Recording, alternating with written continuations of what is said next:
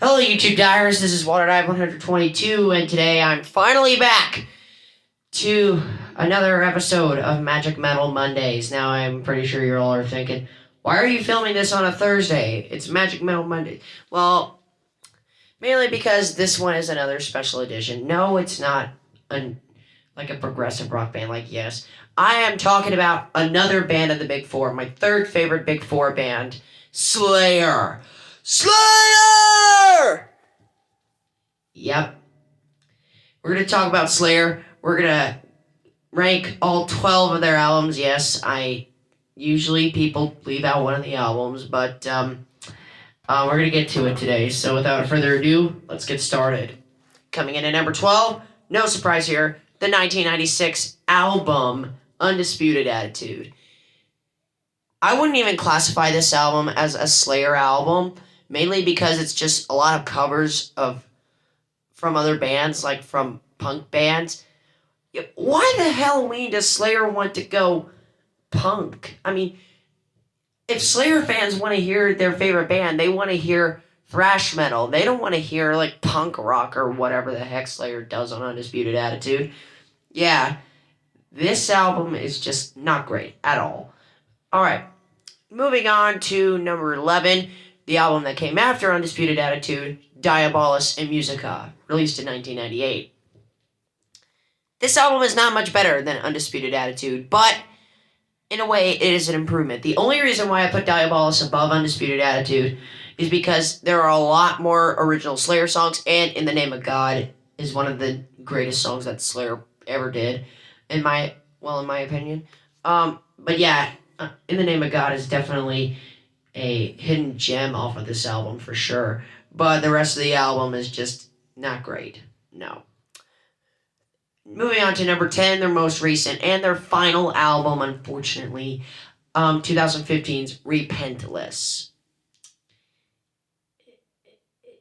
This is such a roller coaster of an album. I mean, it's very mediocre in pretty much every way, shape, and form. It has its high moments, like on the title track, Repentless, killer riff by former Exodus guitar player Gary Holt, who replaced the late Jeff Hanneman. Rest in peace, Jeff Hanneman. Yeah, this album is just very, very, very, very, very, very, very, very, very, very, very mediocre. Not really the best way that Slayer could have gone out, but I guess it works in a way. It's in the top 10, so there's that. Alright, with that being said, we're moving on. Coming in at number 9. I believe number 9 was the 2006 album Christ Illusion. Now, why do a lot of Slayer fans say... Now, I know a ton of Slayer fans would probably have this album a little bit higher on the list. But for me, there's not really a lot of high points on this album. First off, the album cover is just flat out okay. There's not really much to like about this album, but there's also not much to dislike about this album either. Like Repentless, I just find it a whatever album for me. Okay, moving on to number 8. We're talking about the 1994 album Divine Intervention. Okay, this was the first album without Dave Lombardo on drums. I don't remember who replaced him. Please let me know down in the comments if you so greatly desire to do so. But this album is just fine, I guess. It's a disappointment when it comes to following up the great seasons in the Abyss. Yeah, but really, it's just kind of meh. I mean, but on the side note, it's the best album that the band put out in the 90s, so that has to count for something, right? Right? Okay. Moving on to number 7. And moving on to number 7, the 2001 album, God Hates Us All. First off, this is a great way for Slayer to kick off the 2000s. It does have some of their best material on it, like the title track, Disciple, Bloodline. Bloodline's my favorite song off the album, for sure. This album is just freaking heavy. Yeah, nothing really much else to say about God Hates Us All. It's a great album. Go check it out if you know what I'm talking about. Now we're moving on to number 6. Number 6. Lost my driving there. Moving on to number 6, the 2009 album World Painted Blood. This album is amazing. I mean, look at all the songs you have. Hate Worldwide, World Painted Blood, and Snuff. 3 of the best Slayer songs you'll ever see. Funny enough, this album actually came out right before the entire Big 4 tour, and Slayer actually performed most songs off this album during their big tour with Metallica, Megadeth, and Anthrax. We all know about that story. Those of you who love the Big 4 as much as I do. But Slayer, this album is just freaking amazing. I mean, the album covers one thing. The songs are completely different. The songs are another thing. I love the musicianship on this album for sure. I love the title track. I love Hate Worldwide, and I definitely like Snuff. My favorite song on here is probably the title track, but yeah, World Painted Blood, I believe it's underrated. Go check it out. Now that brings us to number 5, the 1983 debut album, Show No Mercy. This is probably the rawest that Slayer ever got. I mean, first off, we all know about Black Magic. We don't need to go on and on and on and on and on about how we all love Black Magic. But there is another song on here. I think it's called Die by the Sword. Amazing. Freaking amazing. Classic Slayer. Now, I do know in my previous other Magic Metal Mondays videos, you've seen me talk about debut albums that from great bands who aren't really good enough to do what they would later be known for. This kind of fits in there. This is my least favorite Slayer 80s album, but it is amazing. It's in the top 5, and because this album is at number 5, and compared to the rest of the albums down the list, you know we're going to get something pretty freaking good. So, let's move on. Moving on to number 4, the 1985 album, Hell Awaits. I'm speechless. This album is just amazing. I know a lot of Slayer fans would probably have this in their top 3. Heck, some of them might even have it at number 1 for crying out loud. But my goodness, this album is definitely their most evil sounding album they ever did. And it definitely packs a 1-2 punch, if you will. This is basically Slayer entering their prime.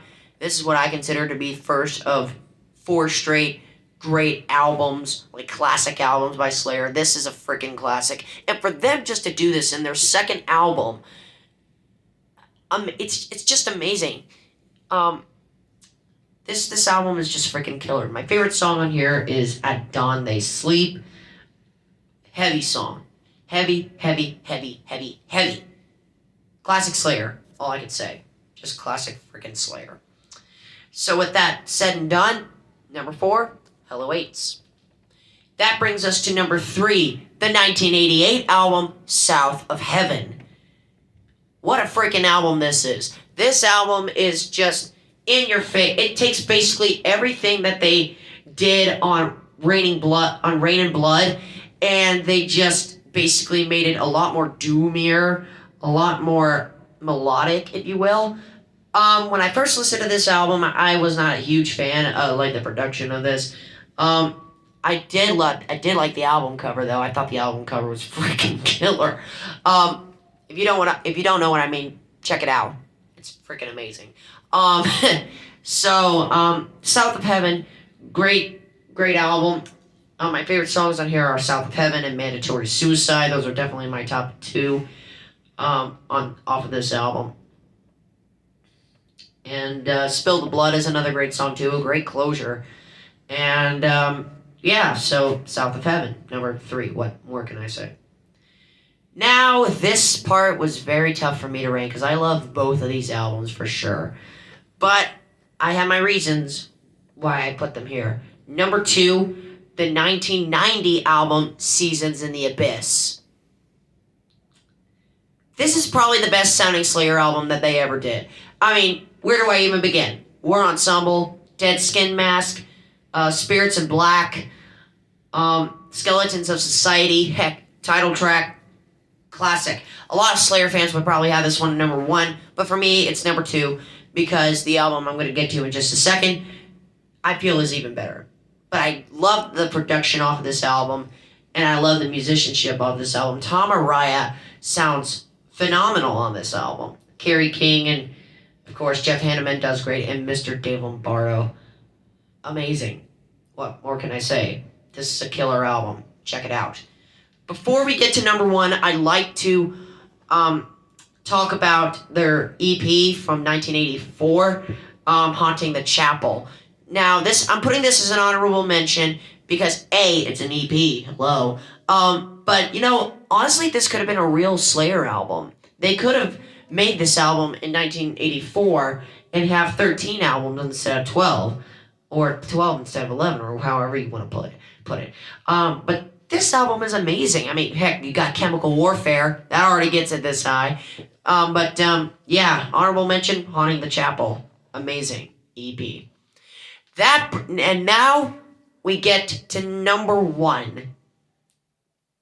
This album is another one of my top 10 albums of all time, and it's my 3rd favorite album of the big 4. It is the 1986 album, Rain in Blood. Where the heck do I even begin with this album? This album is Slayer in their prime. This album is heavy. This song is evil. This album is pretty much melodic. There's a lot of great songs on here, like Angel of Death. I'm pretty sure you will never find another thrash metal opener as good as Angel of Death, but I could be wrong. But Angel of Death is an amazing song, despite its controversial lyrics. Necrophobic is on here, killer. Altar of Sacrifice is also on here, and of course my favorite Slayer song, and the song that got me into Slayer, Raining Blood. Who could ever find a greater album closure better than Raining Blood? I sure can't. Raining Blood, amazing. The album Raining Blood, amazing. This album, solid 10 out of 10. Very enjoyable from beginning to end. And honestly, this is a huge influencer when it comes to thrash metal. So for Slayer, I thank ya. So number 1, Rain in Blood from 1986.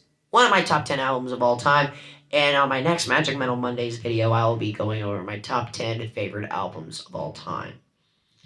So, yeah, with that said, that concludes my Slayer rankings video. I hope you all enjoy it. Thank you so much, my fellow YouTube divers. This is Water 122 signing off, ready to dive into more fun on YouTube. Thanks for watching.